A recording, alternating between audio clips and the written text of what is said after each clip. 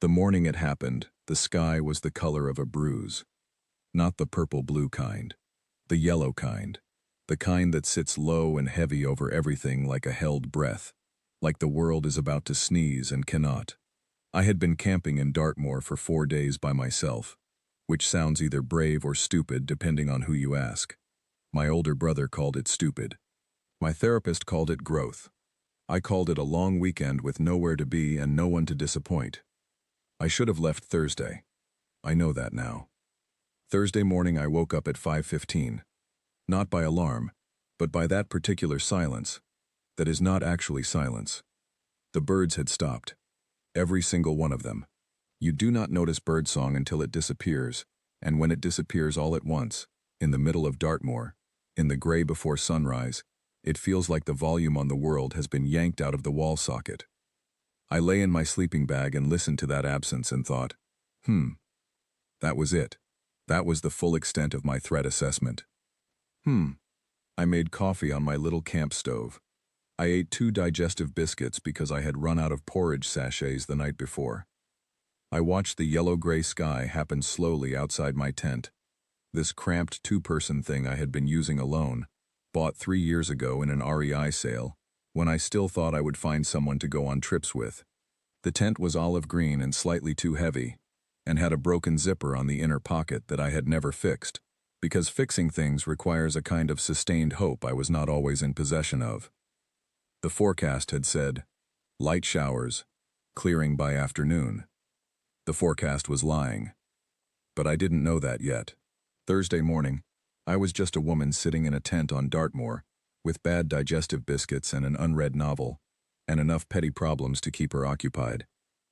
And the worst thing I could imagine was that it might rain on my walk to the ridgeline. I should tell you about me, briefly, because the story makes more sense with a shape to it. My name is Naomi. I am 31 years old. I work for a small environmental consultancy in Bristol that does habitat mapping, which means I spend a lot of time outdoors for work, and a puzzling amount of time outdoors for leisure as well, as though the outdoors is a problem I am trying to solve by sheer exposure. I am not good at it in the romantic, outdoorsy influencer sense of the term. I do not have the right gear. I do not know very many bird names.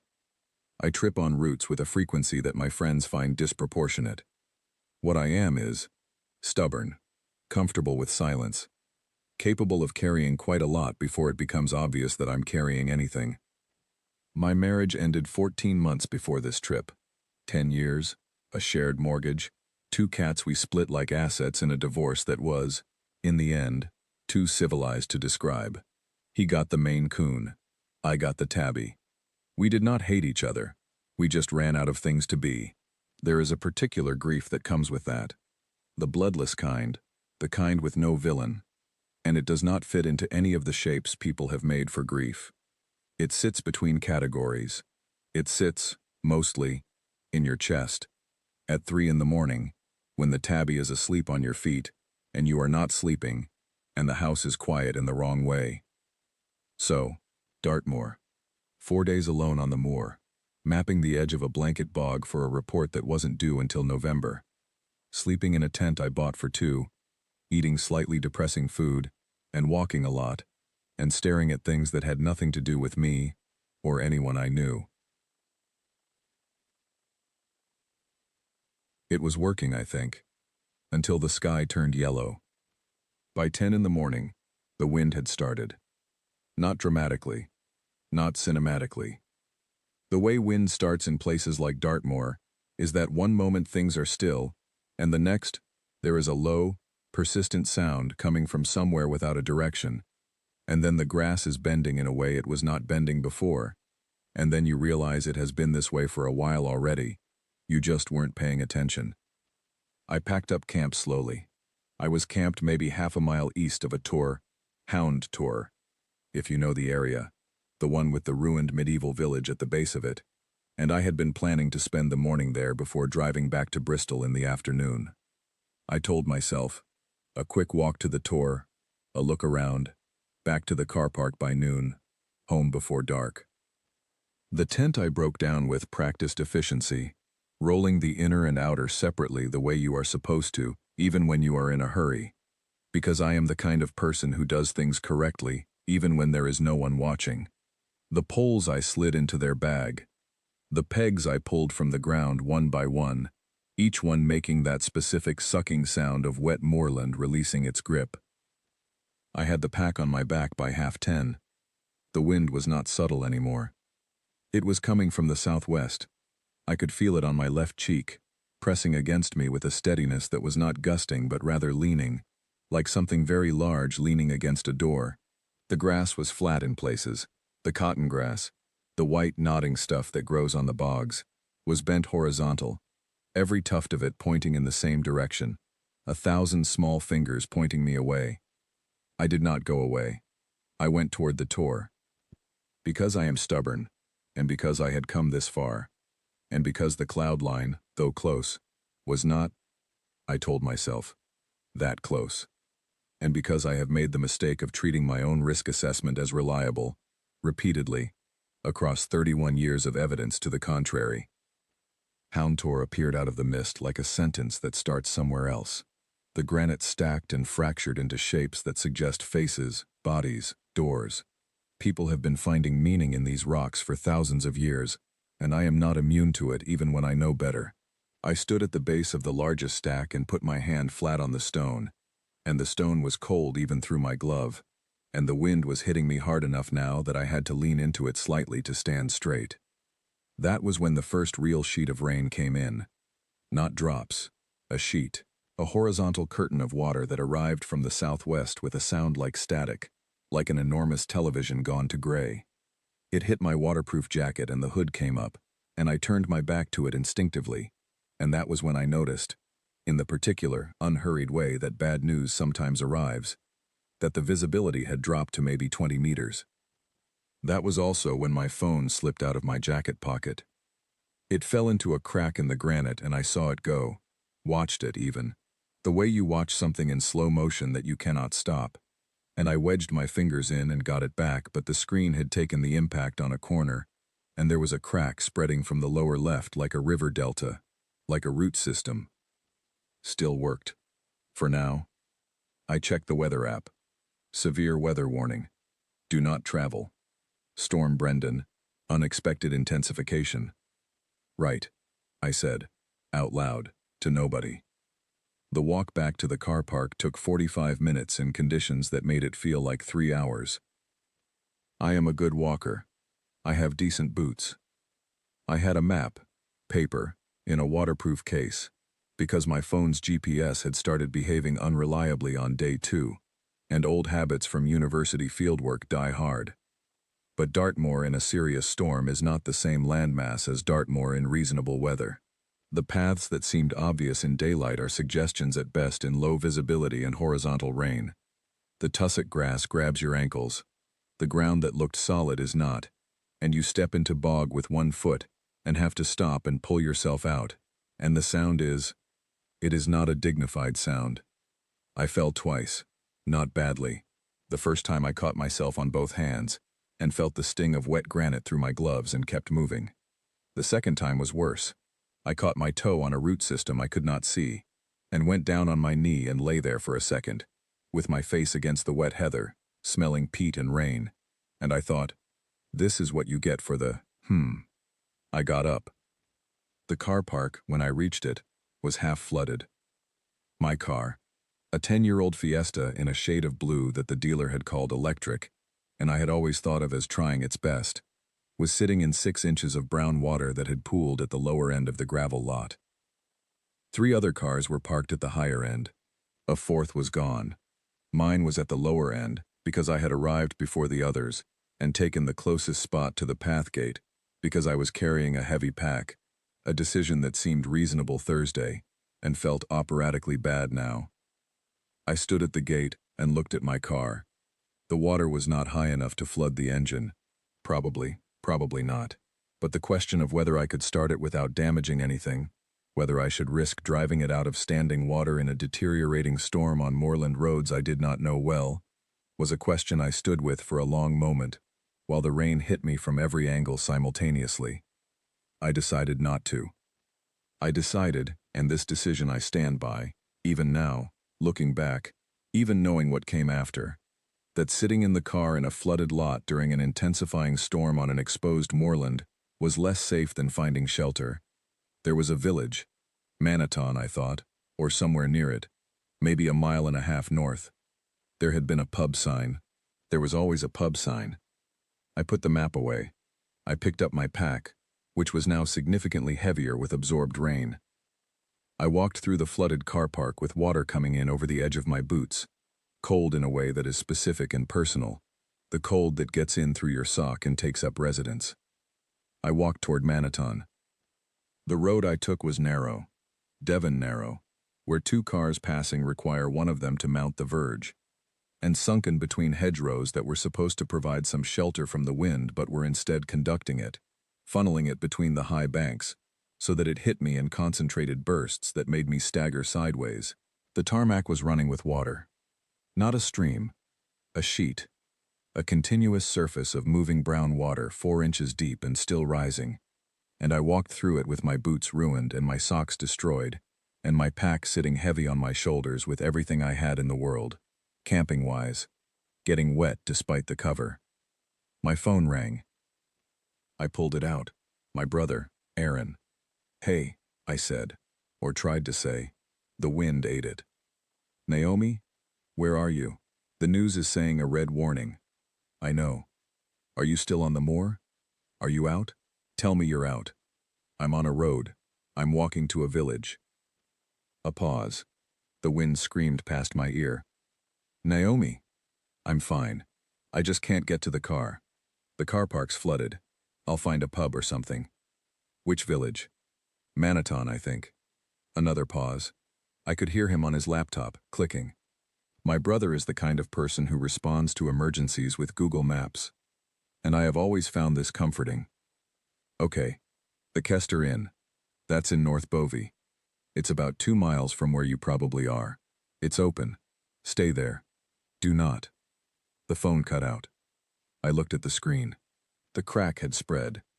The top right corner was now a black bloom of dead pixels, spreading inward like something alive.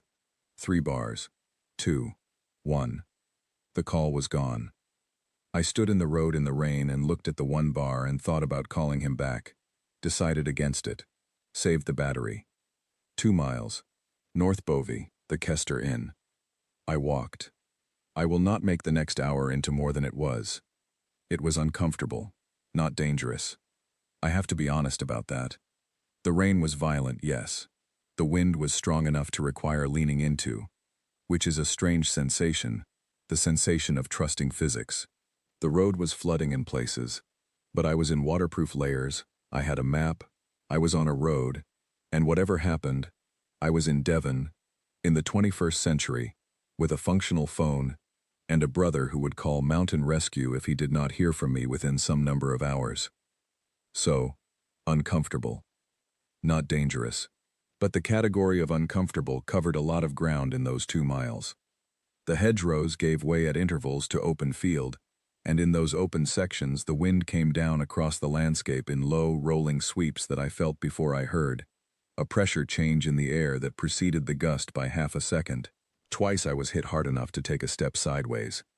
Once a section of what appeared to be a small branch, not large, not dangerous, but also not nothing, came from somewhere at the level of my shoulder, and I ducked and it clipped my pack. I kept walking. The village, when it arrived, was shy about it. There was no grand entrance. There was a sign, North Bovey, please drive slowly, and then a lane between old stone cottages, windows orange with interior light, and then the shape of a pub. Stone, low-roofed.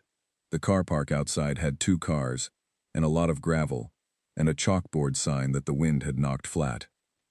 The door was heavy and stiff, the kind of door with generations of swelling in it, and I put my shoulder into it, and it gave. Inside, warmth, wood paneling, a fire going in an actual fireplace, the smell of wood smoke and beer, and something being cooked with onions. 4 people at the bar, all turned to look at me. A dog of indeterminate breed asleep by the hearth, undisturbed. I looked like I had been pulled from a river. Water was dripping off my pack onto the flagstone floor. My hood was pushed back, and my hair was flat against my head, and my boots squelched with each step. The barman, 50s, red-cheeked, a man built like a wardrobe in a pub apron, looked at me with the particular combination of sympathy and pragmatism that rural publicans seem to be born with. "Right," he said. "Let's get you sorted." They did not have rooms. This was the thing. The Kester Inn was a pub with food, not a pub with accommodation, and I had not thought to check this.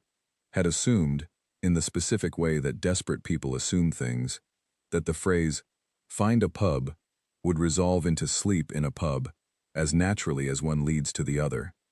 It did not. The barman. His name was Jeff, I learned, or possibly Jeff. I never saw it written. Was sorry. Genuinely sorry. The apologetic kind of sorry. Not the dismissive kind. He brought me a towel from somewhere out the back. He made me a cup of tea that was strong enough to stand a spoon in. He allowed me to stand by the fire and dry out while he made some calls. No rooms in North Bovey.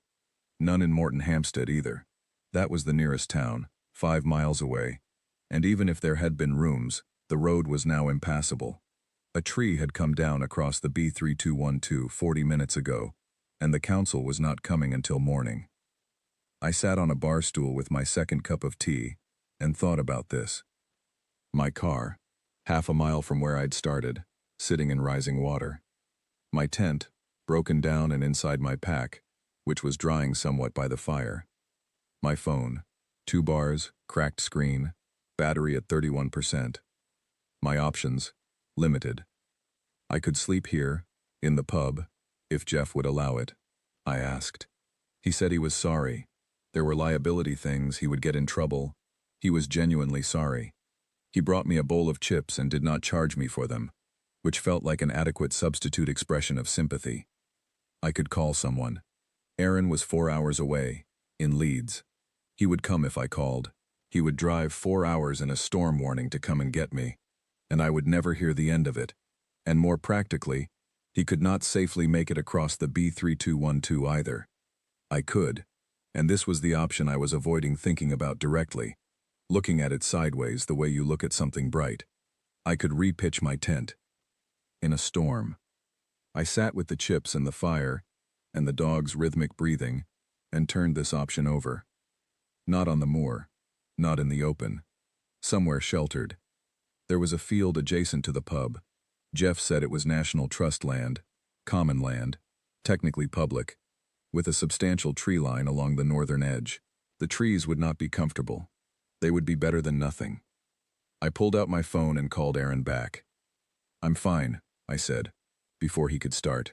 "The pub doesn't have rooms. I'm going to pitch the tent under the tree line of a field. It's fine. It's common land. There's shelter." A silence. "Naomi, it's fine. You've done the stubborn voice. There isn't a stubborn voice. There is 100% a stubborn voice, and you are doing it. Aaron, text me the location. Right now. If I don't hear from you by 7 a.m., I'm calling." "I know. I will. Love you. Bye." I hung up before he could say anything else, and sent him my GPS pin, and finished my chips. Jeff appeared with a third cup of tea, and an apologetic expression. "There's a woman," he said. "She's been in here about an hour. Also got caught out. She's a walker. Does the Two Moors way. Been camping up on the moor. She's going to camp in the lee of the wall at the top of the field. There's a section of old stone wall. Holds off most of the wind from the west. Might be worth having a word." I looked across the pub. In the corner, near the other end of the bar, a woman sat with a pint of something amber, and a map spread on the table in front of her, weighted down at the corners with a phone, a salt cellar, a beer mat, and her own elbow. She was maybe 10 years older than me, early 40s, with close-cropped gray-streaked hair, and the particular kind of face that spends a lot of time outdoors. Not weathered in the negative sense, but done, finished, like a face that has arrived at itself. She was wearing a fleece the color of dried blood, and looking at the map with the focused expression of someone solving a practical problem rather than catastrophizing about it. I picked up my tea and walked over. "Jeff said you might know where the wall is," I said. She looked up.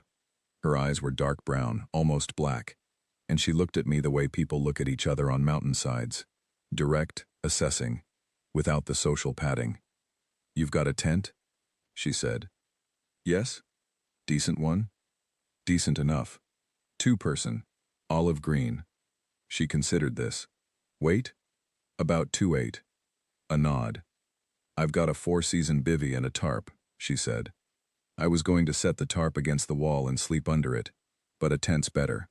If you're sharing, we can get the tarp over the top of your tent, and it'll hold through almost anything." I looked at her. She looked at me. "I'm Naomi," I said. "Saoirse," she said. "Like inertia but Irish. Sit down. I'll show you the wall on the map."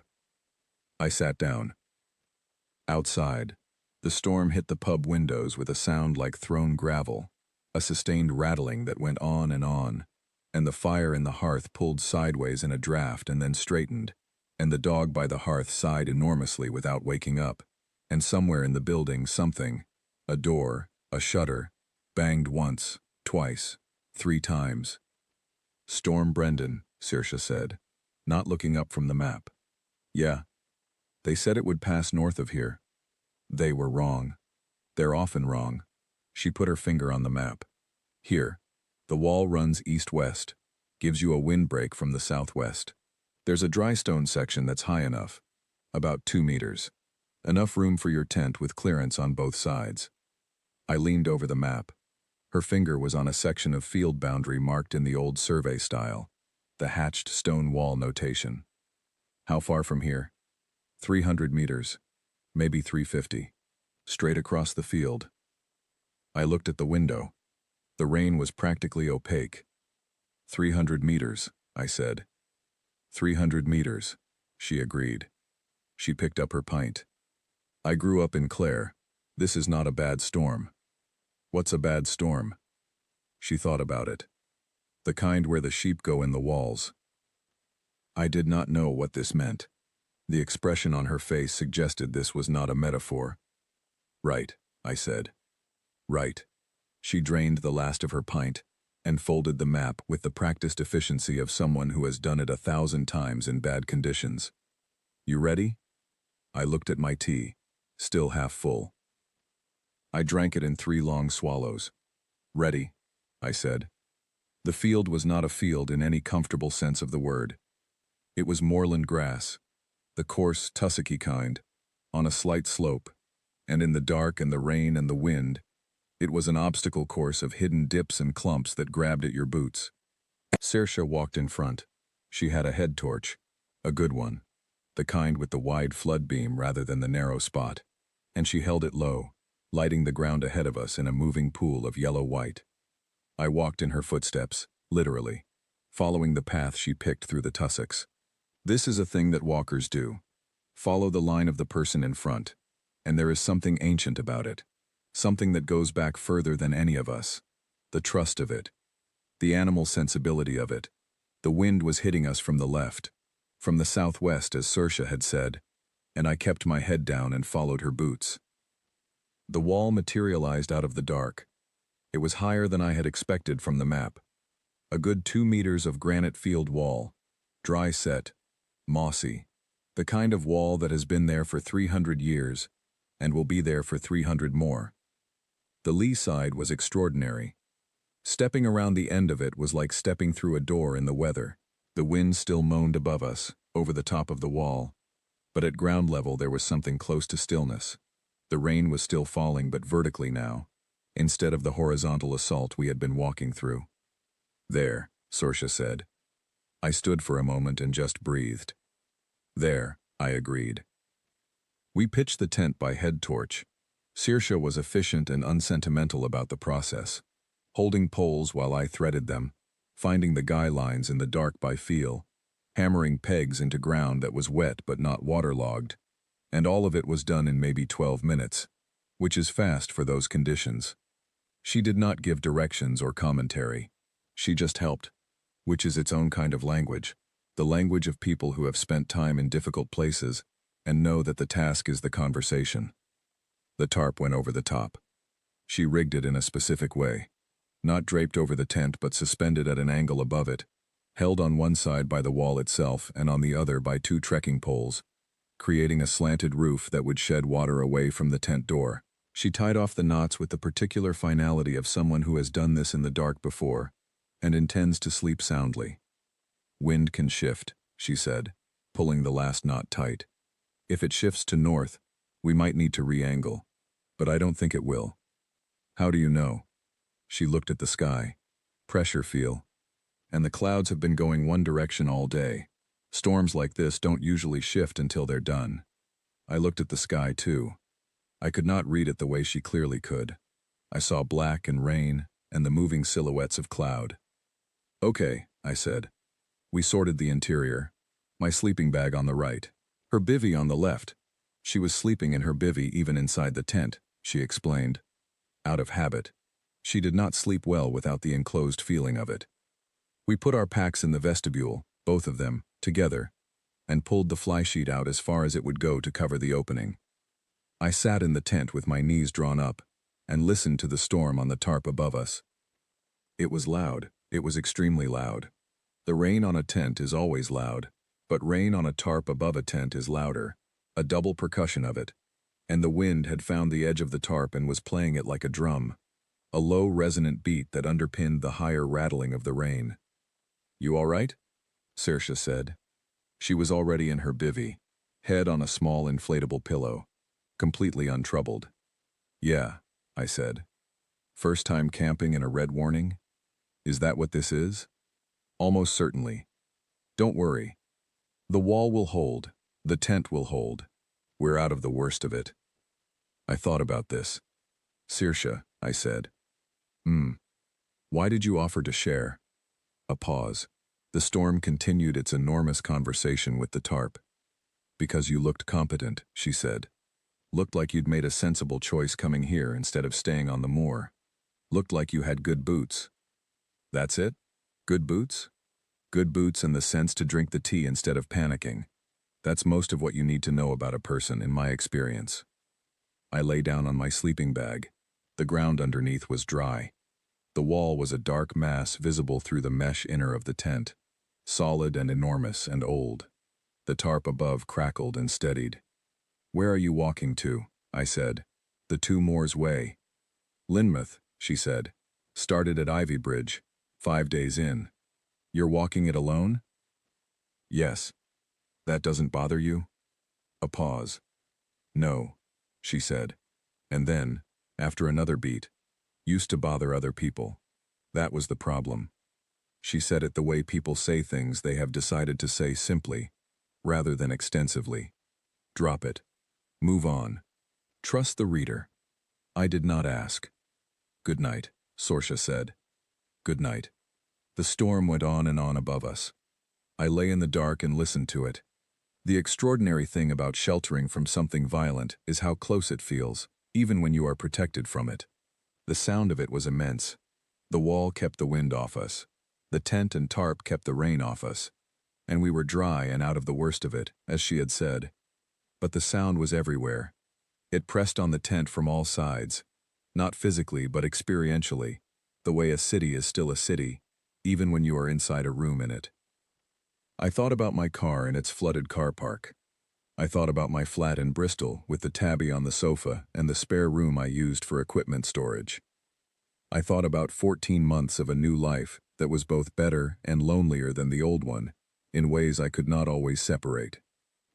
I thought about none of these things for very long, because the storm was so loud that sustained thought was difficult, and because I was more tired than I had realized, and because the ground was dry and the sleeping bag was warm, and the person 3 feet away from me in a bivvy bag was sleeping with the uncomplicated ease of someone who has made their peace with difficult places. I slept. Outside, Storm Brendan took apart the countryside. I slept.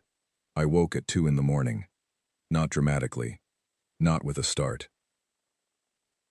The way you wake in a tent in bad weather is that sleep simply becomes unavailable. The volume has changed.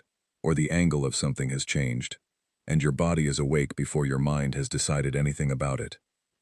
The storm was worse. The tarp above the tent was no longer drumming. It was screaming, not in a way that registered as sound after a while, but as a constant, bass-level vibration that you felt in your back teeth. The wall above us was groaning, not structurally. Dry stone walls do not groan before they simply fail. And this was not that, but in the way that old stone makes sound when the air pressure shifts rapidly around it. A low resonance, almost geological. I lay still and took stock of myself. Dry. Yes. The tent was dry inside, the sleeping bag warm, the ground under me unchanged. Whatever the storm was doing above the wall, we were not in it. I checked my phone. The crack had spread further, creeping toward the center of the screen in a lazy fractal. 1 bar of signal, wavering. Battery at 19%. The time was 2:07 a.m., and there was a missed call from Aaron at midnight. Then a text. You'd better be sleeping and not dead. Check in when you wake up. Love you. I typed back, sleeping, dry, out okay, talk morning. Sent. Watch the single bar flicker. The text showed as delivered. I put the phone down. Saoirse was awake. I knew because the particular quality of her silence had changed. Sleeping people have a weight to their silence.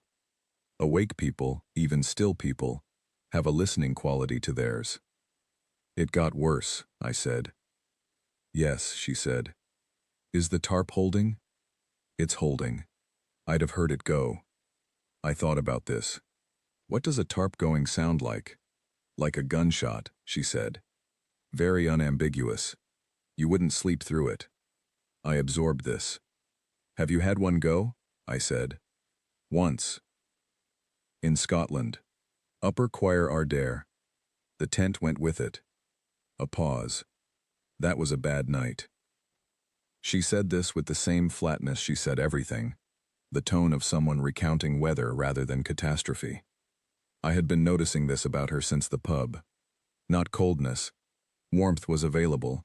I had seen it briefly in the way she helped with the tent, the way she had poured her head torch light where it was most useful without being asked. But economy. An economy of emotional expression that was not suppression but something more like efficiency. Like she had decided long ago not to spend words or feeling on things that did not require them. Were you alone then too? I said. In Scotland. No. A beat. No, I wasn't alone then. I did not ask. The storm went on. I shifted position, trying to find the comfortable side of slightly too hard ground. The sleeping mat was thin. A 3-season thermarest, adequate but not luxurious. And the ground through it was making itself known in the usual places, the hip, the shoulder, the left ankle, which has been arthritic since I rolled it in the Brecon Beacons 3 years ago. You couldn't sleep either, I said. Before I woke up, you were already awake. I sleep light in storms, she said. It's useful. Does that mean you've been listening to this for? I checked the phone. What, 2 hours? On and off. That sounds exhausting. I find it quite restful, actually. Another brief pause. Monitoring something. Knowing you're monitoring it. It's not the same as worrying. I thought about this for a long time. The distinction she was making between monitoring and worrying. The quality of attention that is useful versus the quality that is destructive. What's the difference, I said, between monitoring and worrying? She was quiet for a moment. Not the silence of a person who does not know the answer, but the silence of a person who is finding the right words for something they have not been asked to articulate before. Worrying assumes the worst outcome, she said finally. Monitoring stays with what's actually happening. The tarp is making this sound. The wind is coming from this direction. The knots I tied are these knots. I know what's real. I know what I've done to manage it. Everything else is just noise. A long beat. I'm a worrier, I said. I know. How? You checked your phone 3 times while we were pitching the tent. In the dark. In a storm. That's not the action of someone who's monitoring. I had not noticed her noticing. The phone is cracked, I said. I was checking the screen. You were checking for messages. She was right. Old habit, I said. She did not say anything to this. I lay in the dark with the storm above me and thought about old habits. Thought about the 10 years I had been someone who checked their phone for messages from one specific person, the way that habit persists even when the person is gone, even when the messages have long since dried up. The notification checking, reduced now to checking for Aaron, for my mother on Sundays, for work emails I do not need to respond to at 2 in the morning. The heart checks what it's used to checking, even when the inbox is empty. Were you walking the Two Moors way when things were better? I said. Or because they got worse? Another pause. The second one, she said. But it's become the first one. I thought this was probably the most useful thing anyone had said to me in months. I did not tell her this. At some point after 3, I became aware that the rain had shifted. Not stopped. Shifted. The angle of it had changed. It was hitting the tarp from slightly different positions, which meant the wind had moved, swung around a few degrees to the west-northwest. Not the north that Saoirse had cautioned about, but close enough to be felt. Saoirse was already sitting up. I need to re-angle the tarp, she said. Just the far guy line. Won't take long. She was out of the bivvy and into her waterproof jacket, with a speed that suggested she had not fully undressed, which on reflection was probably sensible.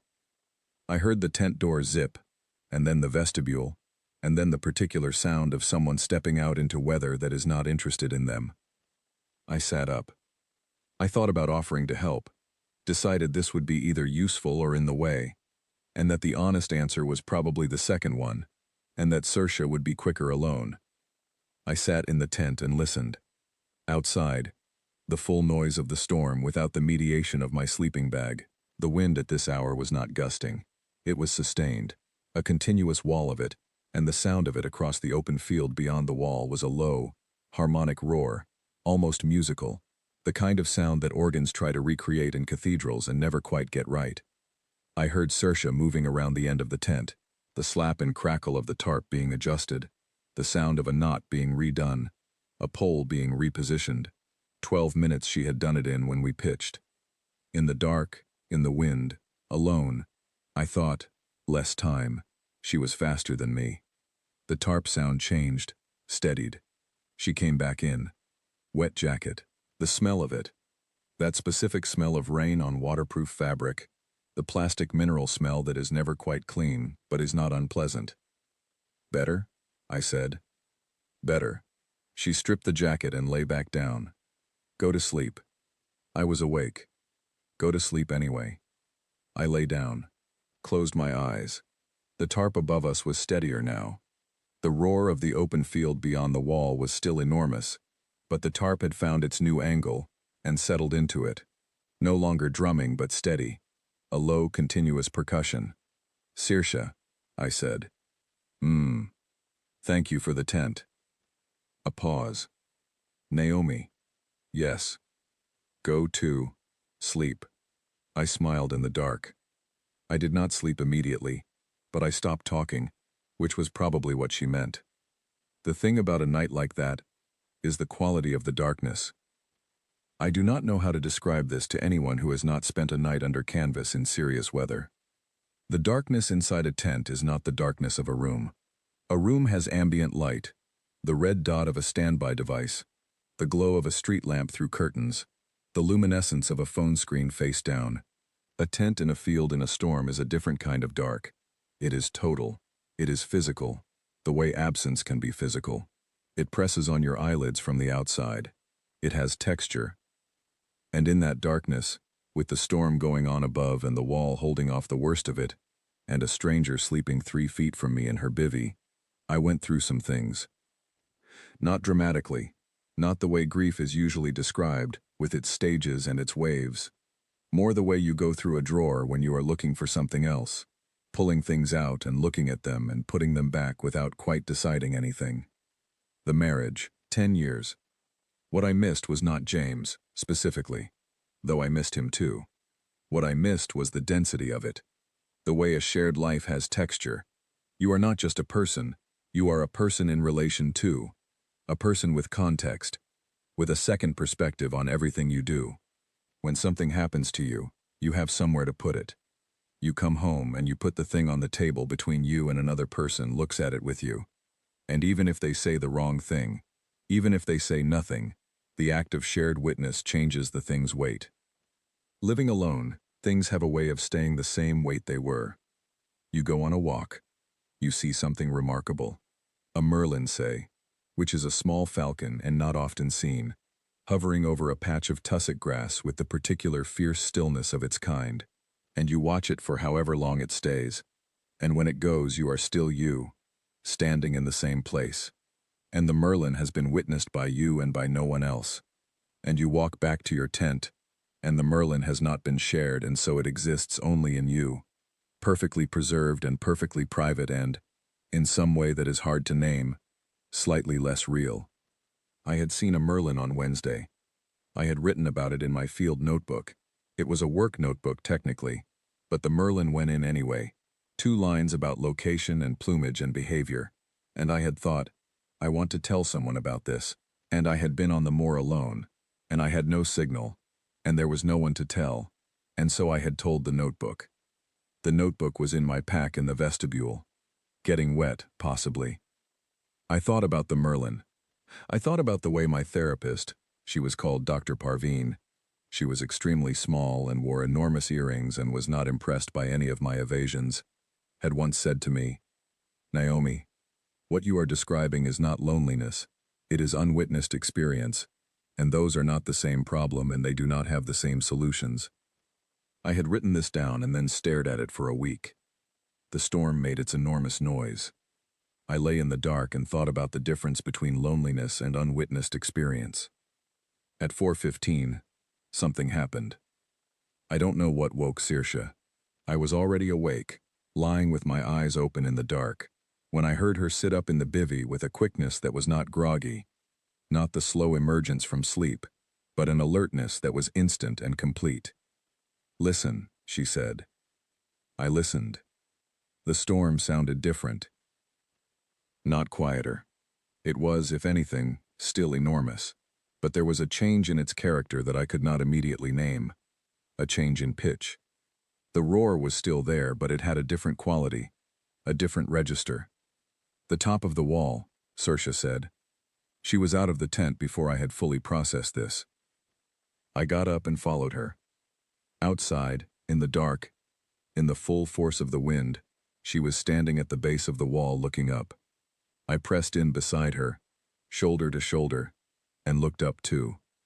The top of the wall had sections, coping stones, the large flat stones set on top of a dry stone wall to finish it and keep the structure tight. In the wind, one section of coping stones had shifted, not fallen, not yet. But the vibration of the sustained gale had worked at one of them in particular, a large flat stone maybe 2 feet long, and it was tilting, millimeters, but tilting. If that comes down, Saoirse said, directly into my ear, it'll hit the tent. I looked at the tent. It was angled. The tilting stone was not directly above it, but above and slightly to the left, which meant it would land, possibly on the tarp, possibly on the vestibule, possibly not. Hard to say in the dark. How likely? I said. Tonight? 50-50. The wind has to shift again or drop significantly. 50-50. The tent was more or less the sum of all my options. We move it, I said. Yes. We moved it. We did not take it down. We simply, carefully, in the dark, in the wind that was reduced but not nothing on our side of the wall, walked it sideways, Saoirse at one end and me at the other, shuffling along the base of the wall with the tent between us, relocating it 2 body lengths to the east, away from the section of coping stones that was considering defecting. We repegged the 4 corners that had come loose in the shuffle. Saoirse redid the guy lines. The tarp, which had survived all of this, was readjusted again. 20 minutes. We got back inside. I was wet from the knees down. My socks, which had been almost dry, were not dry anymore. The ground inside the tent was still dry, which felt like a small miracle, a piece of luck I decided to take personally and be grateful for. I sat in my sleeping bag with my wet socks off and my feet tucked under the bag's edge for warmth. 50-50, I said. Saoirse was already back in the bivvy. Roughly. And you decided those were acceptable odds. I decided they were the odds we had, she said. What else were you going to do? I thought about this. She had a point. Did you sleep in Scotland? I said. After the tarp went. A long pause. No, she said. We walked out. 3 a.m. In the dark. With head torches. Down Choir Ardare. And back to the car. Was that better or worse than staying? Better, she said. Moving is always better than staying in the wrong place. She said it like a fact. The way you say water boils at 100 degrees. Simple and physical, and not up for discussion. I lay down. The coping stone above us did not fall. Around 5:30 the storm began to change. It did not end. It shifted into a lower gear. The sustained wall of sound quality giving way to something more intermittent. Gusts with gaps between them. The rain going from continuous to periodic. The tarp above us was no longer a constant percussion, but a series of episodes, each separated by a relative quiet, in which you could hear things other than weather. In one of those gaps, I heard a fox. Somewhere in the field beyond the wall, a fox making the sound that foxes make in the dark. That particular cry, somewhere between a bark and a scream, which you do not expect the first time you hear it, and after which you never forget it. It happened once, twice, and then it was gone back into the storm noise. Fox, Saoirse said. I heard it. They come out between the gusts, looking for what the storm has turned up. I thought about this. The fox in the dark, in the field, in between the gusts, walking out across the storm-flattened grass and looking for whatever the weather had dislodged. Earthworms, probably. Mice, disoriented. Small creatures driven from their places. Opportunistic, I said. Everything is, she said. One way or another. Another gust hit. The tarp screamed, subsided. In the quiet after, I said, Saoirse, what happened to the person you weren't alone with in Scotland? A very long pause. Long enough that I thought she might not answer. He moved out, she said. 18 months ago. We'd been together 9 years. He moved out and I started walking. From Clare? From Clare. I walked across Ireland first. West to east. Then Scotland. Then here. I lay with this. How long have you been walking? I said. 8 months. Where do you go back to? The pause this time was different. Not reluctant, but genuinely uncertain. I haven't decided, she said. Outside, between the gusts, somewhere in the dark field, the fox went on with its work.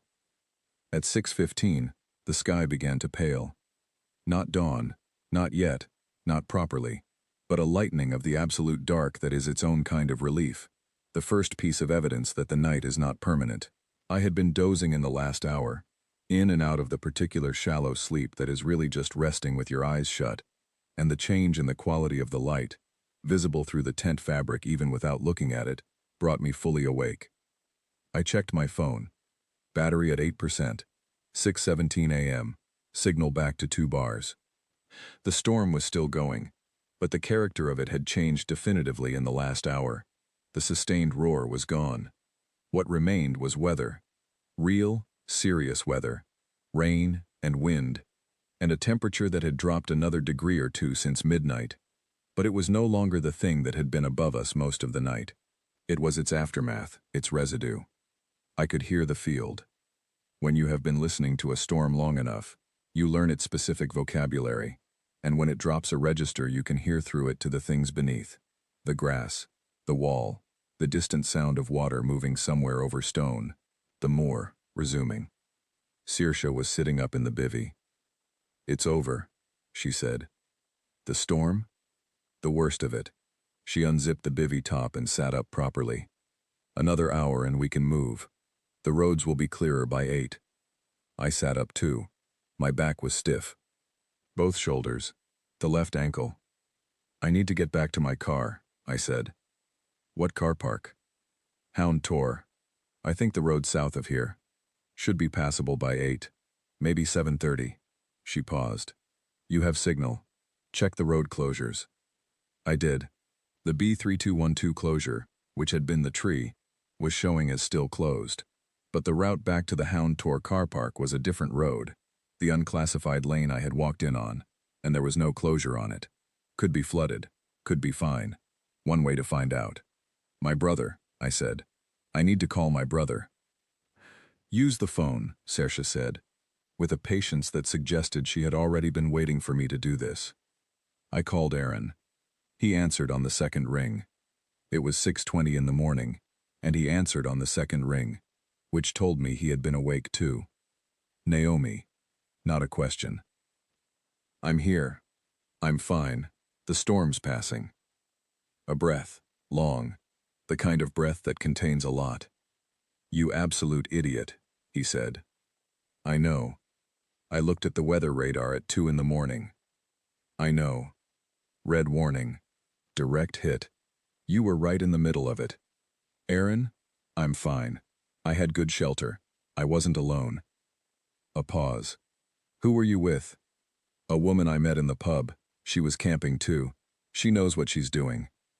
Another pause. I could feel him recalibrating. Okay, he said. Okay, you're really all right? Stiff back. Wet socks. Otherwise completely fine.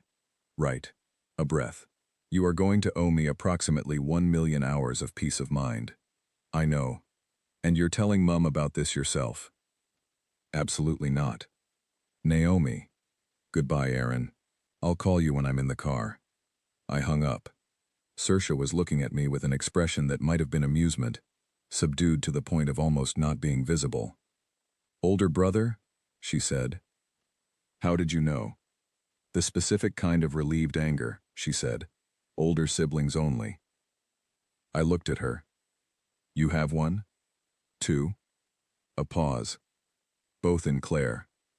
She said it the way you say something about a place that is home, but is also, currently, not where you are, with the particular compression of feeling that you develop when you are walking away from something rather than toward something, when the direction is away rather than to, and the away is working but the to is not yet clear.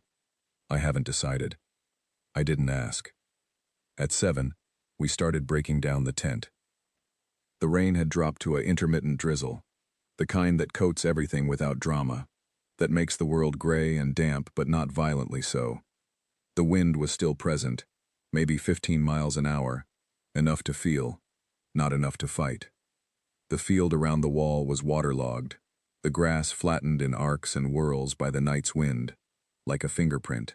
Above us, the coping stone that had shifted was still tilted, still considering.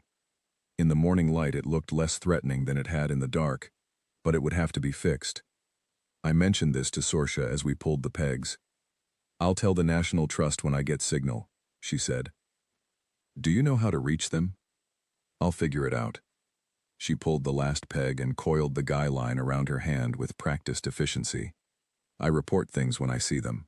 Trail damage, erosion, structural things. 8 months of walking. You see a lot. I thought about this. 8 months of walking, seeing things, reporting them, moving on. Witnesses to an enormous amount of landscape. Not writing it down in a work notebook. Just seeing it. Holding it. Does it help? I said. The walking. She didn't answer immediately. She was rolling the tent flysheet, shaking the worst of the water off at first. I waited. It did not fix anything, she said finally. That's not what it's for. But it gave me, she paused, looking for the right word, with the care she brought to everything. Proportion, she said. The Moors don't care about the 9 years. They were here before it, and they'll be here after. I find that useful. I thought about Blanket Bog, about the peat layers I map for work, decades of compressed sediment, organic matter from 1,000 years of growth and dieback. About the Merlin on Wednesday, hovering over that tussock, present and purposeful, and not thinking about anything that had happened to it before. The field notebook, I said. I write things down. For work. But I write other things too. Things I see. Things that happen. I was thinking last night that the Merlin I saw on Wednesday exists only in me because there was no one else there to see it. But that's not quite right, is it? It's in the notebook, too. Saoirse considered this. She had the fly sheet rolled now, and was sliding it into its bag. A notebook is a witness, she said. Not the same as a person, but not nothing. No, I said, not nothing. We packed the rest of the tent in a companionable quiet. The poles, the inner, the pegs in their bag. The tarp last. She took it. It was hers, and she folded it into a specific bundle that packed flat against the back of her rucksack, tucked under the rain cover. My pack was where I had left it in the vestibule. Everything in it was dry. The notebook was dry. The sleeping bag was dry. The 2 digestive biscuits I had forgotten about, still in the top pocket, were soggy with absorbed condensation. But the notebook was dry, which I decided was the right order of priorities. I shouldered the pack. Saoirse shouldered hers. We stood at the wall for a moment, both of us looking at the field, at the morning that was arriving in the stripped, clean way that mornings arrive after serious weather. The cloud was still heavy, still gray, but fractured now, with gaps. Through one of the gaps, a piece of pale blue sky. North Bovey to Lynmouth, I said. How many more days? 2, she said, weather permitting. Will it permit? She looked at the sky with the assessing look. Today is fine. Tomorrow there's a front, but it's not another Brendan. Should pass through by afternoon. Then the day after. Then the day after, she glanced at me. You should sleep in your car before you drive. You've been awake most of the night. I know. Find a lay-by. An hour. Then drive. Yes. I paused. I will. She looked at me. Naomi. Yes? I mean it. Don't drive tired. I won't. A beat. We stood at the edge of the field with the morning happening around us, and the wall behind us with its tilted coping stone, and the imprint of 2 rucksacks in the wet grass where we had left them outside the vestibule. Thank you, I said, for the tent, and for all of it. She nodded. Not dismissively. She received the thanks. It was clear she received it. She just did not make more of it than it was, which was, I realized, one of the most comfortable things about her. She let things be what they were. Safe drive, she said. Safe walk, I said. She turned north. Her pack settled onto her back with the ease of a thing long practiced. She walked to the gate at the far end of the field, let herself through, and did not look back. I watched her go. Then I turned south, toward the lane, toward the flooded car park and my long-suffering Fiesta, and the road back to Bristol. The blue gap in the cloud was widening. The lane back to the Hound Tor car park was not clear. I had expected this, and been half hoping I was wrong. I was not wrong. The first section, the bit running downhill from North Bovey toward the open moor, was flooded to somewhere around knee height, a broad brown sheet of water that covered the tarmac in both verges and had, in one place, carried a section of the hedgerow bank across the road, in a slow avalanche of mud and rootstock that now sat in a pile across the full width of the lane. I stopped and looked at this. It was 7:30 in the morning. It was raining lightly. I had slept perhaps 3 hours total, in short intervals, and my boots were wet from the calf down, and my socks were a lost cause, and I had approximately half a digestive biscuit's worth of blood sugar, and a phone at 6% battery. The pile of earth and roots was about 2 feet high and about 4 feet wide, passable if you were willing to go over rather than around. I went over.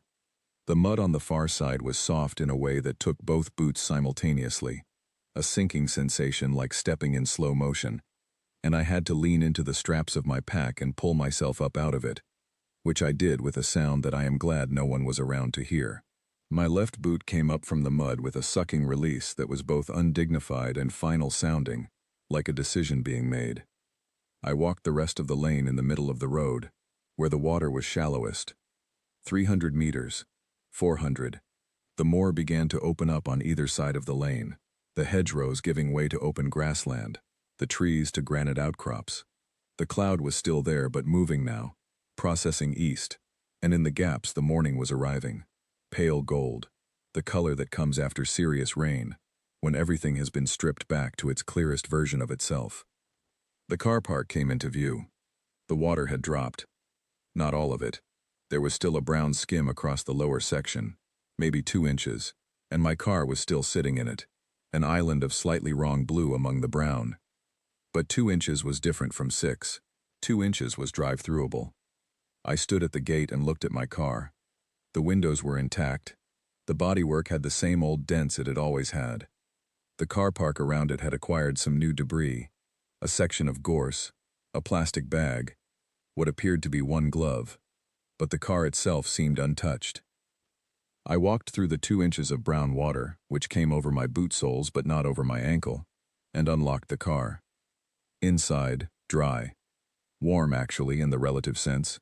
It had been closed up and retained some ghost of the day before's heat. The seats were there. The dashboard was there.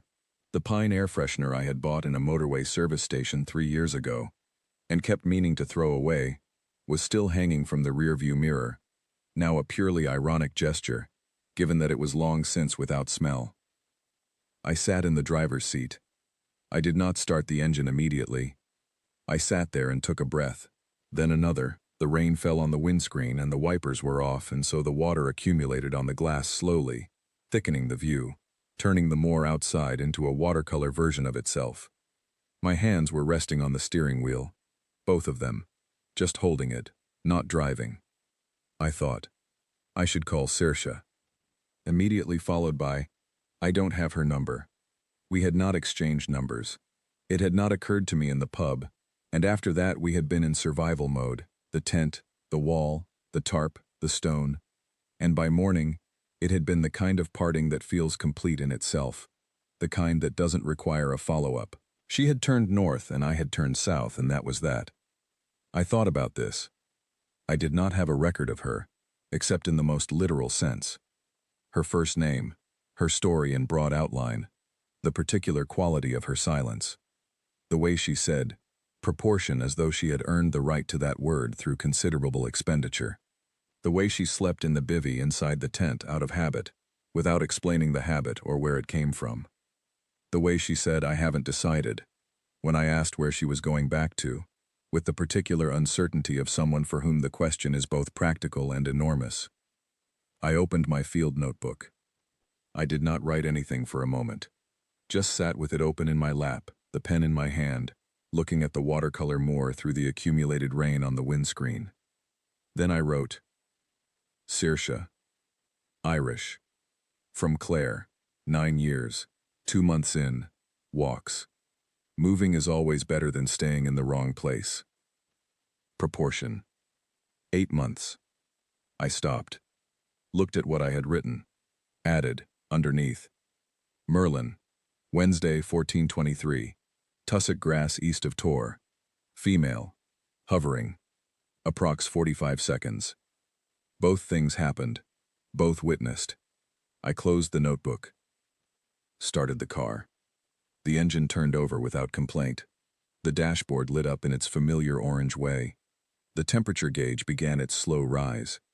In the rearview mirror, the car park was a square of brown water and clearing sky. And somewhere above the Tor to the north, a gap in the cloud was spreading. I found a lay-by 2 miles south. I parked in it, set a phone alarm for 45 minutes, pulled my jacket over myself like a blanket. Slept.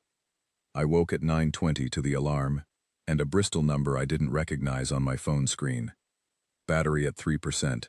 I answered it without thinking. Is this Naomi? A woman's voice. Practical, brisk. Slightly familiar in the way of voices you have heard before in specific contexts. Yes? It's Sandra, from the Kester Inn. You were in last night. Jeff mentioned you were going to camp in the field. I sat up. Yes? We had a call this morning from a woman who walked the 2 Moors way. She said she'd camped with someone in the field, said to pass on a message if we reached you, since she hadn't got your number. I felt something catch in my chest. What was the message? She said, the notebook is enough. Keep it. A pause. She also said to tell you the fox was hunting earthworms, apparently, in case you wondered. I sat in the lay-by for a long moment with the phone in my hand and the moor outside the window continuing its mourning. "Thank you," I said. "No bother," Sandra said. She also said the coping stone on the north wall needs reporting to the National Trust. She'd done it herself already, but thought it was worth mentioning. "Of course she had," I said. "Right. Well, take care, love." The call ended. Battery at 1%. I sat in the lay-by. Outside, the cloud was breaking up properly now. Big rifts in it, long gold wedges of morning light coming down across the moor in the specific theatrical way of autumn sunlight after rain. The heather was purple-brown. The granite caught the light and held it. The moor was enormous, and it was not looking at me, and it had been here before everything, and it would be here after. The moors don't care about the 9 years. I watched the light move across it. Then I plugged my phone into the car charger, waited for it to come back to life, and called Aaron. "I'm driving," I said. "I'll be home around 2. The roads are clear now?" "Mostly. The B3212 might still be." "Use the A30, he said. "There's still a closure." I checked. I smiled. "Aaron." "What?" "The woman who let me share her tent. She was Irish, from County Clare. She'd been walking for 8 months after her relationship ended. She was really quite remarkable." A pause. "Did you get her number?" "No." "Naomi." "I know. I didn't think. It was raining." A sigh. "You couldn't have not thought. While you were in the tent for, how long?" "About 8 hours. 8 hours and you didn't." "Aaron." "What?" "It was right the way it ended." A long pause.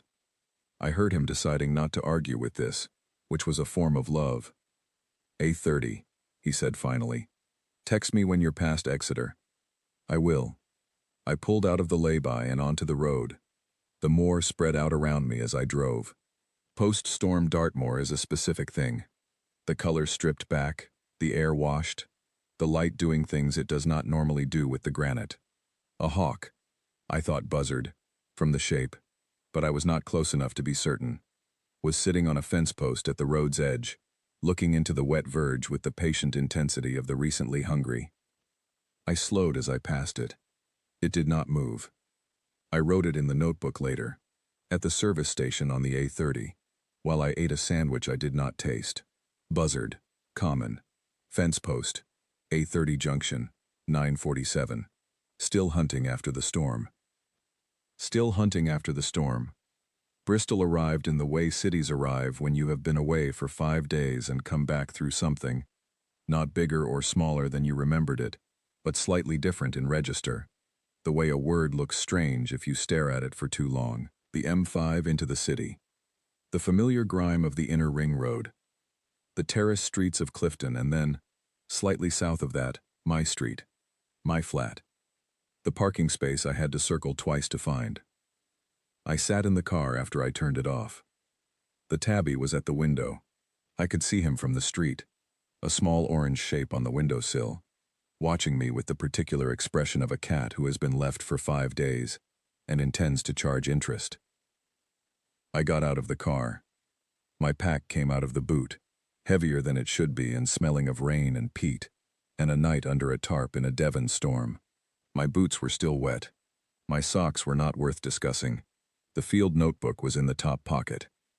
I stood on the pavement in front of my flat and looked up at the tabby in the window. He looked back at me with his enormous neutral face. "I know," I said to him, through the glass. He blinked once. I went inside. I debriefed the trip to Dr. Parveen the following Thursday. She sat in her chair with her enormous earrings. That day they were green, and large enough to be ornamental rather than merely decorative, and listened with the quality of attention she brought to everything, which was total without being heavy. I told her about the yellow sky, the car park, the pub, the field. I told her about Saoirse. I told her about lying awake in the tent at 2 in the morning and going through the drawer.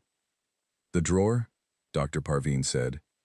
That's what it felt like going through a drawer when you are looking for something else, pulling things out and looking at them and putting them back without deciding anything. She considered this.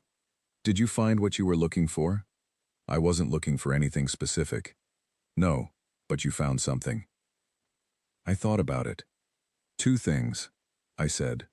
The difference between monitoring and worrying, and the difference between loneliness and unwitnessed experience.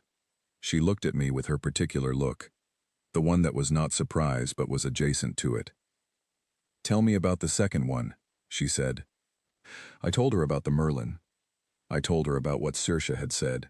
A notebook is a witness, not the same as a person, but not nothing. I told her about writing both things in the notebook.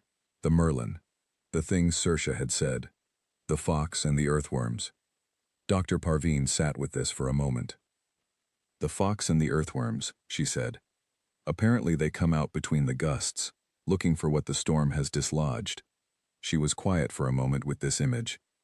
Naomi, she said finally. Yes. Do you know why you told me the fox was hunting earthworms just now? I thought about it, no.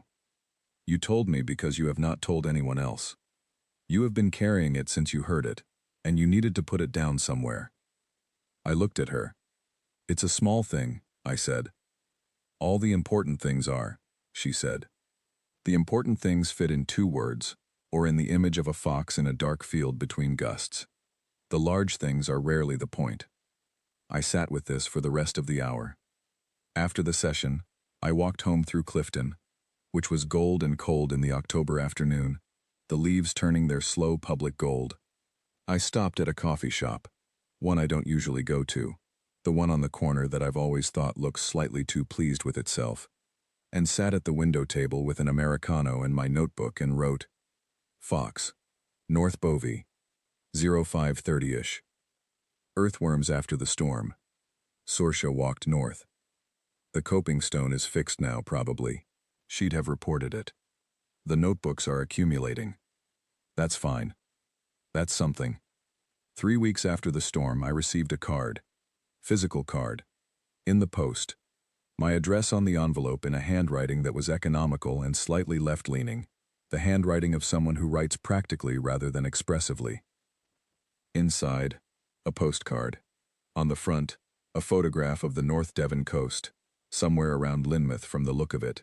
The river gorge coming down to the sea, the steep wooded valley, the blue water. On the back, in the same economical hand, made it. The last day was sunny. SPS. Your tent held all night. Credit to it. That was all. I put it on the mantelpiece. The tabby, who had recently taken to sleeping on the mantelpiece, despite this being against several house rules I had been very clear about, looked at the postcard for approximately 2 seconds and then looked away. I know, I said. He didn't bother responding. I made tea.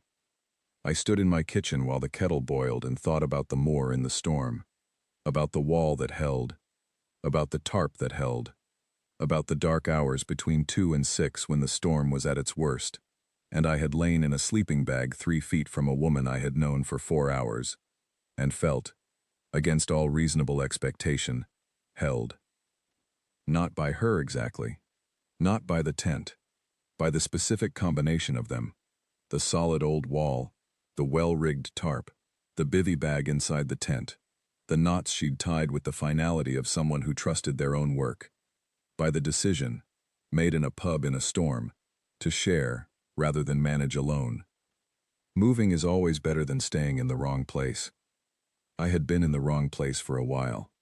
Not the moor, before the moor. I poured the tea.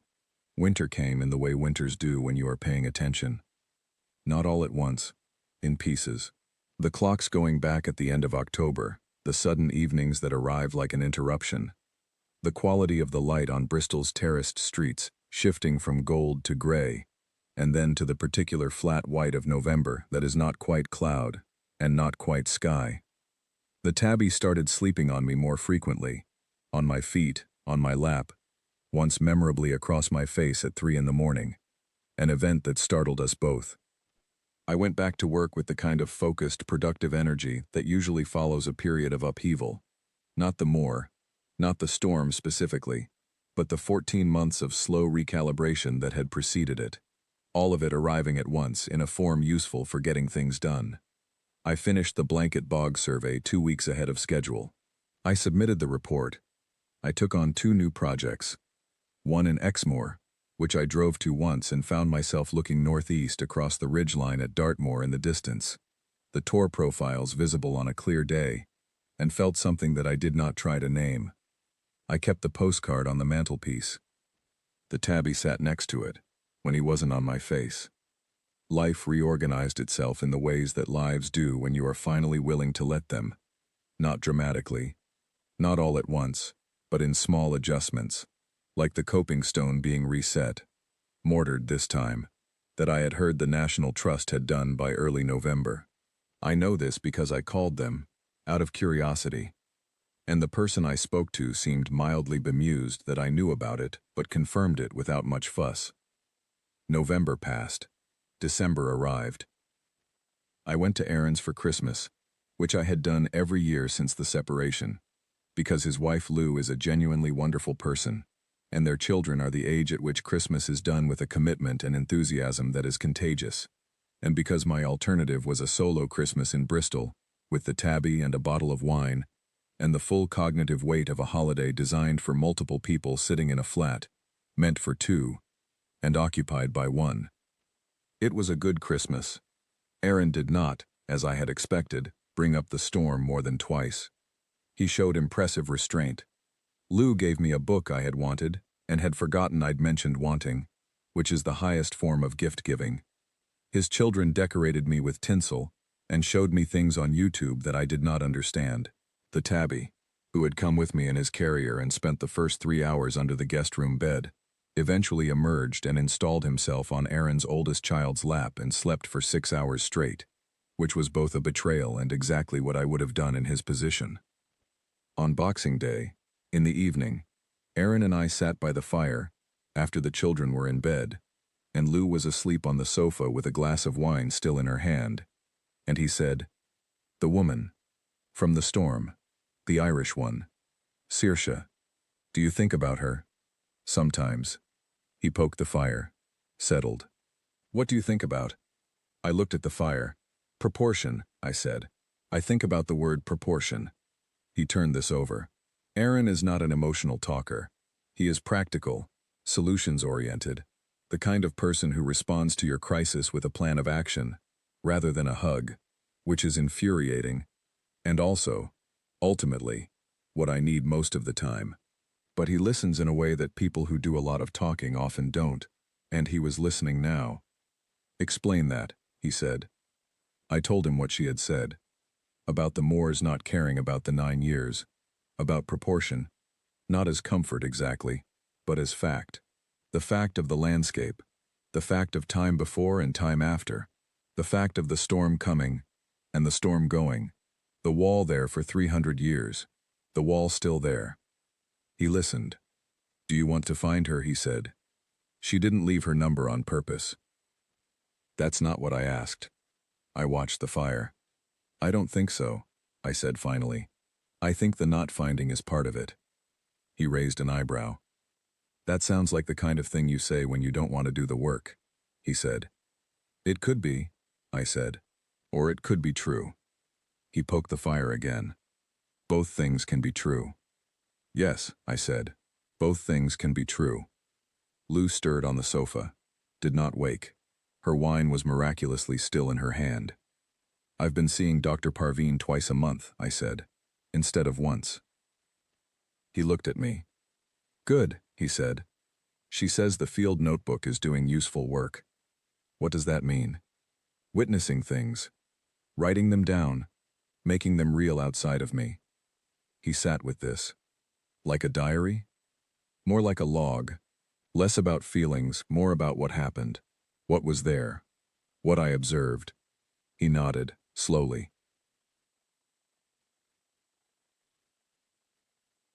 "You've been doing this since you were 10, he said. "You used to make me walk around the garden and write down every bird that came to the feeder." "I know. You had a clipboard." I know. You were obsessive about it. Aaron. I'm saying it was the right thing then, and apparently it's still the right thing. I looked at him. He was looking at the fire. You're saying I knew what I needed even then, I said. I'm saying some things are consistent in people, he said. And that's not nothing. January. The habitat survey work slowed, as it always does in winter. There is less in bloom, less to record, the land quiet and waiting. And I had a stretch of desk days that I found simultaneously useful and claustrophobic. I wrote reports. I attended meetings in which people looked at maps and discussed percentages of upland peat coverage, and used phrases like ecosystem service provision, in voices that suggested they believed the phrase to be both meaningful and sufficient, which it is, and isn't, respectively. In the evenings I read. Not the novel I had not managed to read on the moor. I had been right that I needed something other than fiction that week, and once I was back in Bristol, and the trip had resolved into a story I told myself, fiction was fine again. I read the way I always read when things are settling, which is widely, and without too much commitment, picking up books on recommendation or accident, dipping in and out. I read, in January, a collection of essays by a mountaineer I had not heard of before, given to me by a colleague, Priya, who had climbed in the Himalayas and had strong opinions about what constituted good writing on the subject of high places. The mountaineer was a woman who had died in 1994 at 48 on a peak in Patagonia, and the essays were a collection of things she had written over 20 years, and they were extraordinary, and one of them, an essay about a storm she had spent 3 days in, on the north face of something I cannot now pronounce, had a paragraph in it that I wrote down in my field notebook with the date and the page number. The storm is not the interruption to the climb. The storm is the climb. Everything you think you are doing when the sky is clear, you are actually practicing for the hours when it is not. The tent holds or it doesn't. The partners sleep or they don't. The knots hold or they don't. You find out, in the storm, what you have been. I read this paragraph several times. I thought about the tarp knots, Saoirse's hands in the dark, tying them with the deliberate finality of someone who trusts their own work. I thought about what I had been, in the storm. Scared, yes. Uncertain. Wet. But not, as it turned out, alone. And not, as it turned out, unable. February brought the first fieldwork of the year. A survey assignment, in the South Downs, 4 days.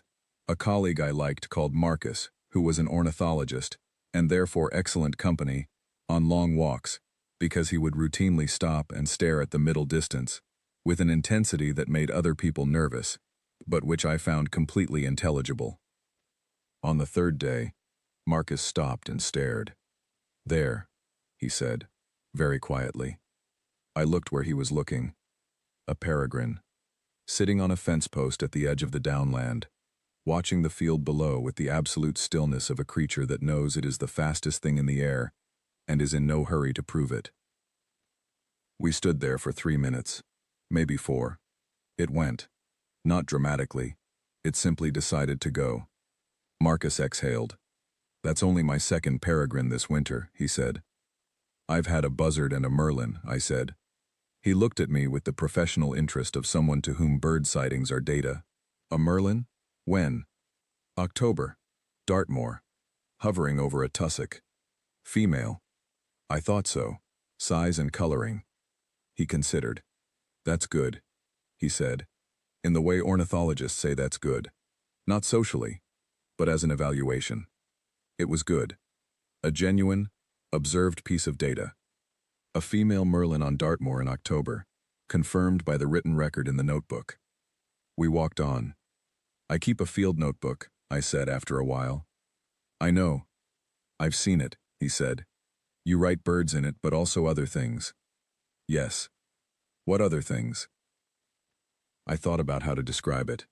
Things that would be unwitnessed otherwise, I said. A storm, a conversation, a fox hunting earthworms in the dark. Marcus walked for a moment in silence. He is tall and thoughtful, and does not rush to fill silences, which is a quality I appreciate. My wife does that, he said. She keeps journals. Has done for 30 years. She says they're company. Company? I repeated. She says, you come home and you've experienced a whole day, and there's only so much of it you can give to another person without being tedious, and the journal gets the rest. All the things that don't fit into conversation. She says it talks back, sometimes, in the way that writing does. I thought about this. Does it bother you? I said. That there are things she gives the journal instead of you? He considered this with the same care he gave to identifying a distant shape in the sky. No, he said, because the journal doesn't replace what she gives me. It keeps the rest from going to waste. He paused. I think that's different from loneliness. Unwitnessed experience and loneliness are not the same problem. Yes, I said. I think that's different. March. I drove back to Dartmoor. Not for work. Not for any particular reason I could have stated clearly. I had a free weekend and the moor had been sitting in my peripheral vision since October, and at some point, the peripheral becomes the direct gaze. I left Bristol on a Saturday morning, early, the kind of early that is still dark, the city still quiet, the ring road almost empty, the M5 South, the A30, the turn onto the moor road. It was cold, not storm cold, just March cold, the clean, persistent cold of an English spring that has not yet decided to arrive. The sky was clear, which after a winter of gray felt almost presumptuous. I parked at the Hound Tor car park. There were 3 other cars. I was there by 9:15, and the light was still low and golden, coming in sideways from the east across the Tor, lighting the granite in a way that made it look briefly warm. I got out. Shouldered a smaller pack than last time, day pack, not the full camping setup. My waterproofs, my lunch, my notebook. Good boots that I had dried and retreated and that no longer held the memory of October's brown water. I walked to the Tor, up to the top of the largest stack, which requires a brief scramble, and which I managed without incident. No falling, no dignity-compromising moments, nothing to report. From the top, the moor spread in all directions, the tors to the south, the higher ground to the north, the patchwork of enclosures and open land, the distant gray-blue of the English Channel on a clear day if you know where to look. I could not see North Bovey from here. The trees and the fold of the valley hid it, but I knew the direction. I sat on the rock, got out the notebook, wrote the date, the location, the weather, clear, cold, easterly light. Then I sat with the pen and did not write anything for a while. Sat and looked at the moor. It was very quiet. Not the absolute silence of the pre-storm morning in October. Not the absence of birds. The birds were here. A meadow pipit moving through the heather below me. Something in the distance that might have been a raven. But a sustained, functioning quiet. The quiet of a landscape going about its business. I thought about the storm. I thought about Saoirse, north of me somewhere. Maybe still walking. Maybe back in Clare. Maybe somewhere else entirely. I thought about her bivy bag and her tarp knots, and the way she said proportion like it was a destination you could walk to. I thought about what I had been, in the storm. Scared, yes. Uncertain, yes. Also, functional, sensible, capable of accepting help without making it mean more than it was. Capable of lying in the dark and going through the drawer without needing to resolve anything. Capable of sleeping in a tent in a red warning storm next to a stranger and waking up dry. There was a raven. I was almost sure now. The shape in the distance, the quality of the wing beat. I watched it cross the sky above the southern tors and disappear. I wrote, Raven, south, 10:04. Classic wing beat, single bird. Confident call, went east. I looked at this. Added, Hound Tor, March, 6 months later. Drier this time. Wall probably fixed. Added, after a pause, still keeping the notebook. The drive back from Dartmoor I took slowly. No rush. The moor roads in March are different from October. Not the dramatic post-storm landscapes, not the threat of yellow skies, but a particular steady beauty, the kind that doesn't ask anything of you. The heather not yet purple, still in its brown winter dress, but in the wetter places the bog cotton beginning, the white tufts just visible, the first ones, an advance party of something larger. I stopped at the Kester Inn. I had not planned to. I was past North Bovey, and had taken the wrong turn and found myself on the lane, and at the end of the lane was the pub, and I pulled into the car park. Jeff was behind the bar. He looked up when I came in. I watched the recognition happen, slowly, across the face of a man who sees many customers and manages to hold most of them, the moment of placing me. "The Storm," he said. "Yes," I said. He nodded once. Got out a glass. "Tea? Or something stronger? It's past noon." "Tea," I said. "Same as last time." He made it, same strength, strong enough to stand a spoon in. He put it in front of me and leaned on the bar. "You made it out all right," he said. Not a question, but not quite a statement. "Yes. Car was fine. Drive was fine. And your friend? The Irish one?" "She made it to Lynmouth. She sent a postcard." He nodded, seemed satisfied with this. I drank the tea, looked around the pub, same dog by the fire, or a different dog, same breed, same quality of commitment to sleep, same wood paneling, same fire, smaller today, a spring fire, rather than a storm fire. "Do you get many like that?" I said. "Walkers, I mean." "Caught out." "A few times a year," he said. "More since the weather's got stranger. People get caught out who know what they're doing, plan properly. Storm comes in faster than forecast, changes direction." He shrugged. "You manage." "You do," I said. He filled my cup without being asked. "She'd been in twice before," he said. "The Irish one. Once a few years back, passing through. Once about 5 years ago." He paused. "She was with someone then." He complained about the pie. I looked at him. "The pie's fine," he said, with the dignity of a man defending his kitchen. "I'm sure it is," I said. He moved off to serve someone else. I sat with my tea. I thought about Saoirse in this same pub, 5 years ago, with someone who had opinions about the pie. I thought about the 9 years.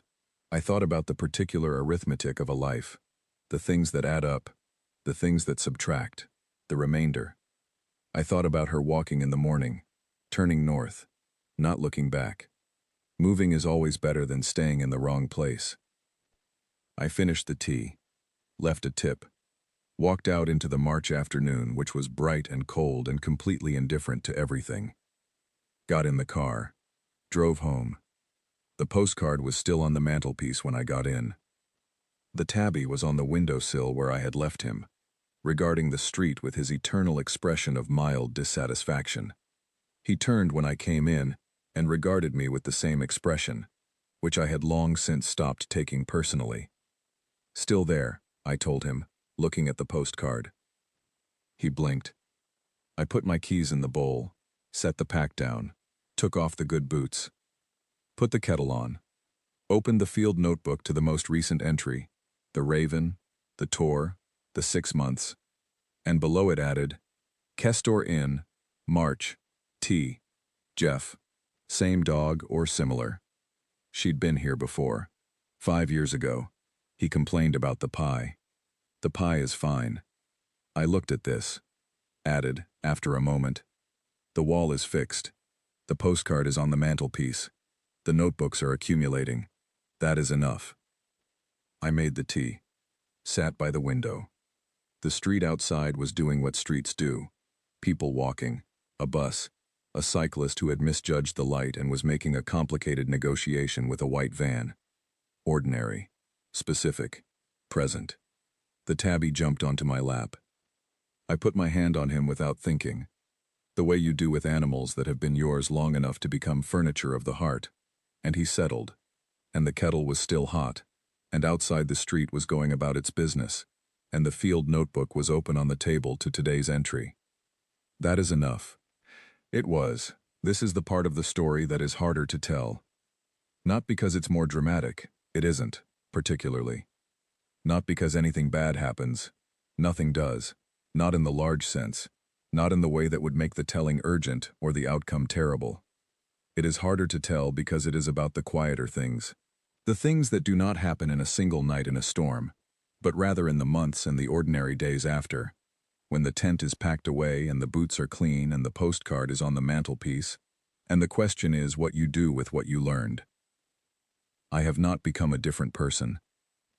I want to be very clear about this, because stories like this one, storms, strangers, shared tents, the night that changed everything, have a tendency to want that kind of ending.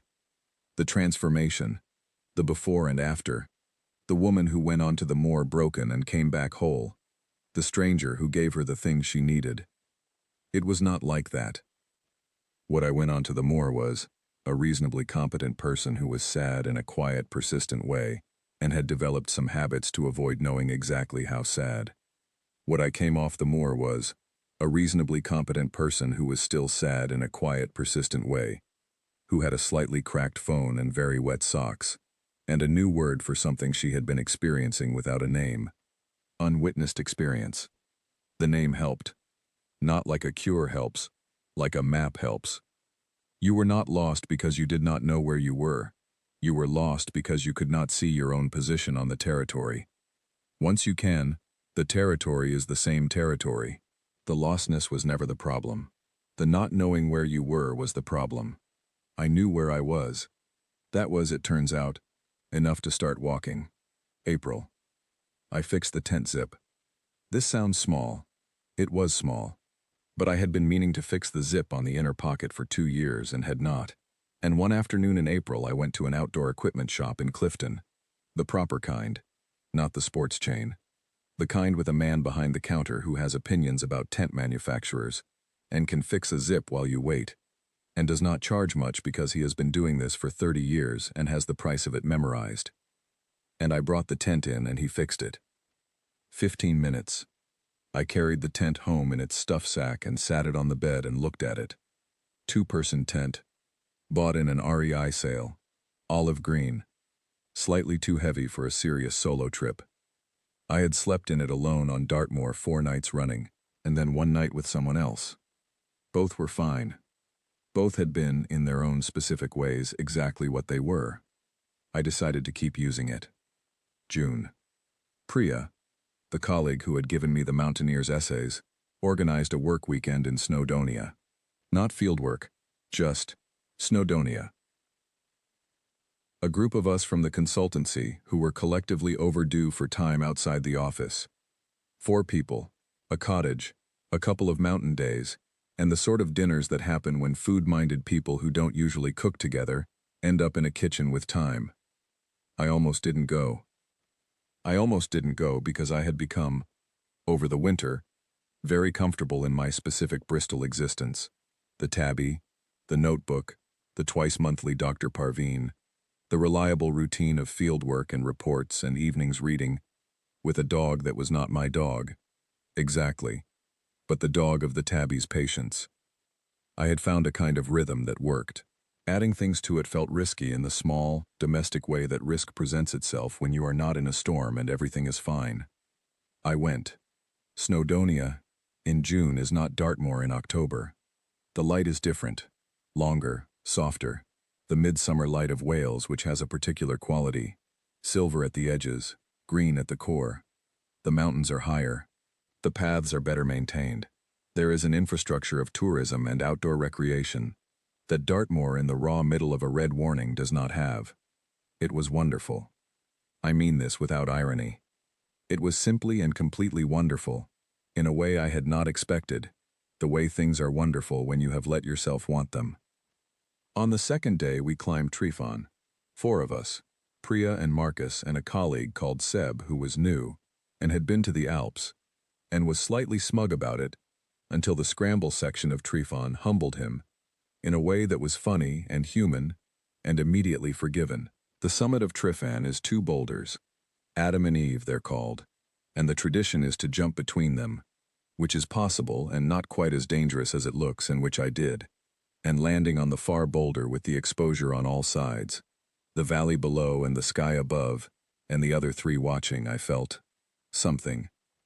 Not triumph, not resolution, not the dramatic catharsis of a story landing its final beat. More like, oh, this. This thing that I have always been. The clipboard in the garden, age 10. The Merlin on the tussock, aged 31. The feeling of earned altitude, of difficult ground achieved, of the specific satisfaction of the body having done a thing the mind was nervous about. Myself. I had been, in the long, slow 14 months, somewhat misplaced. I was found, which is not the same as saved. Saved implies a rescuer. Found implies simply recognizing your own position on the map. On the summit of Trifan, I took out my notebook. Priya watched this and laughed. Not unkindly. You and your notebook, she said. I know, I said. I wrote, Trifan. Summit, June. Clear. 4 of us. Jumped Adam and Eve. Did not fall. Added. Weather good. Added. Finally. July. Dr. Parveen and I had a conversation about ending. Not ending therapy. That was not what she said. She said, I think you might be ready to go to monthly, which for anyone unfamiliar with the particular grammar of therapeutic relationships is a statement of progress, not abandonment. A reduction in frequency, because the frequency is no longer necessary, because the things we had been processing were not gone, but were sorted now, in the way that drawers eventually get sorted, and what remained was maintenance rather than repair. I sat in her chair and thought about this. I'm not sure, I said. No, she said. That's normal. The uncertainty is normal. I feel like things are good right now, I said. And monthly might be enough for good. But what if things aren't good? She looked at me with the enormous earrings. That month they were gold, chandelier style, which seemed almost celebratory in a way I found amusing. Naomi, she said, what did you do in October when the storm came? I thought about it. Assessed my options, I said. Found shelter. Accepted help. Monitored the situation. Slept. Yes, she said. And when the coping stone shifted, moved the tent. You moved the tent. She paused. What will you imagine would happen if things weren't good again? I sat with this. I'd assess my options, I said. Yes. Find shelter. Yes. A beat. Accept help, I said. That's the one that took the longest, she said. It had. Monthly, I said. Monthly, she agreed. We shook hands, which was not something we had done before, and which was also, somehow, exactly right.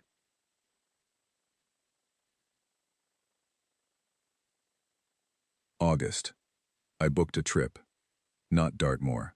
I have not been back to Dartmoor since March, and I will, but not yet. Not this year. It is still there and it will wait.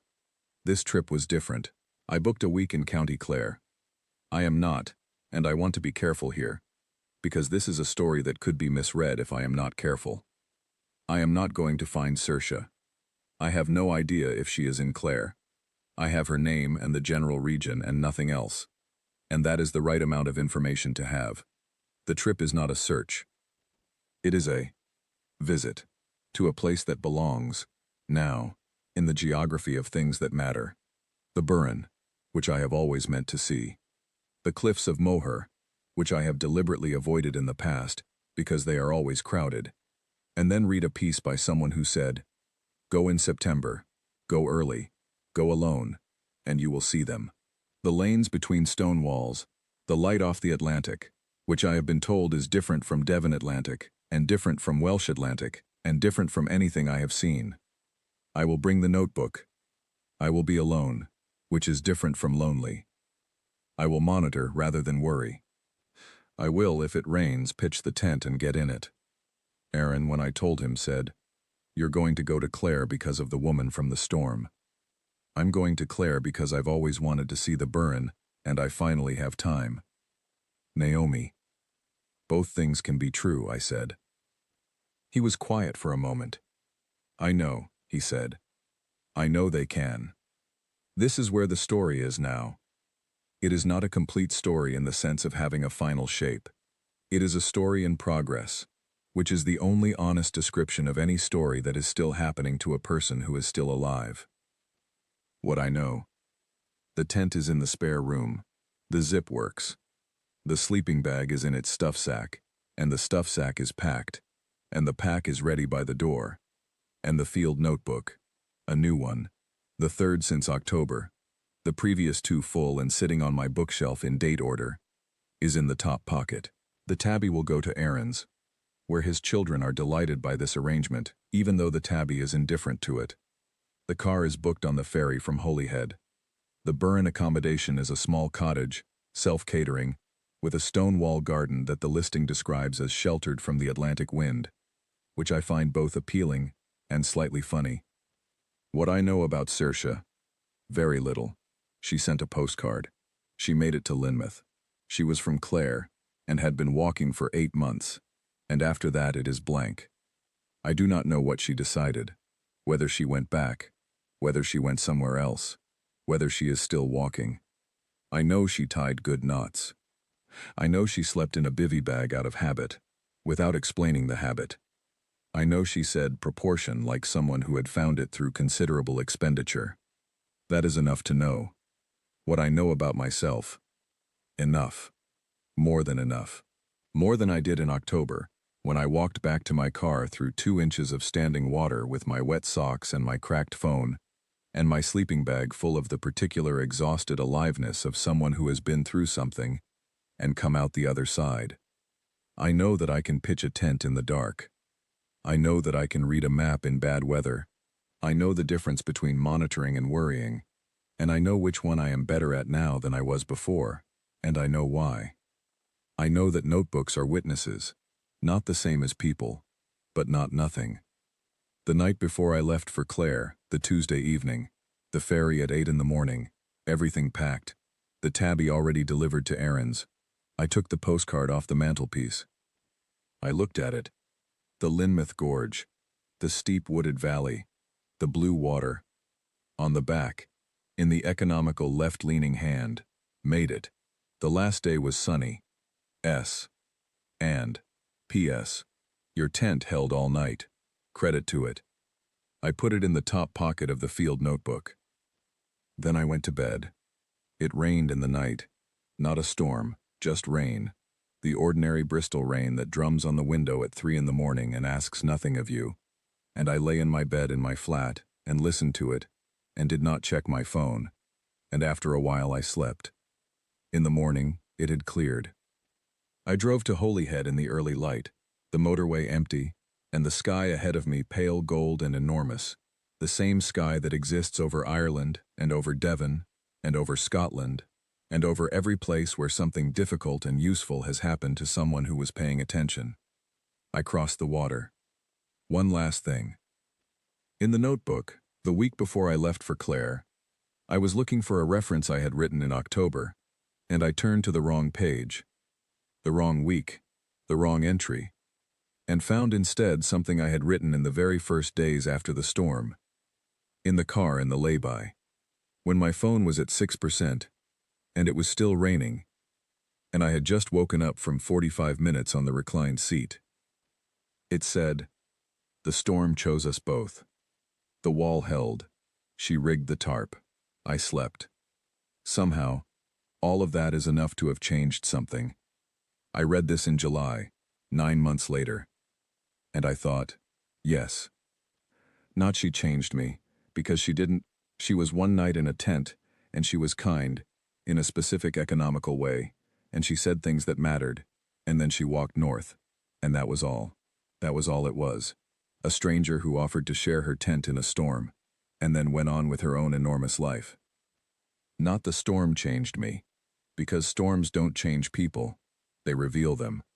They put you in conditions where the habits and the evasions and the carefully maintained structures are no longer available, and what's left is what was always there. What was left was someone who could pitch a tent and read a map and accept help and lie in the dark in a storm and go through the drawer without deciding anything. Someone who had always been those things, who had temporarily forgotten. The storm did not give me anything. It was, instead, One of those moments, like the Merlin on Wednesday, like the Raven on the Southern Tors, like the jump between Adam and Eve on the summit of Trifan, that the field notebook is for. Witnessed, recorded, real. Still hunting after the storm. That's the line, I think. That's what I came back with. I don't know where Saoirse is now. The Burren has stone pavements 1,000,000 years old, and wildflowers that grow in the cracks between them. The notebook is packed. The tent is ready. The wall held.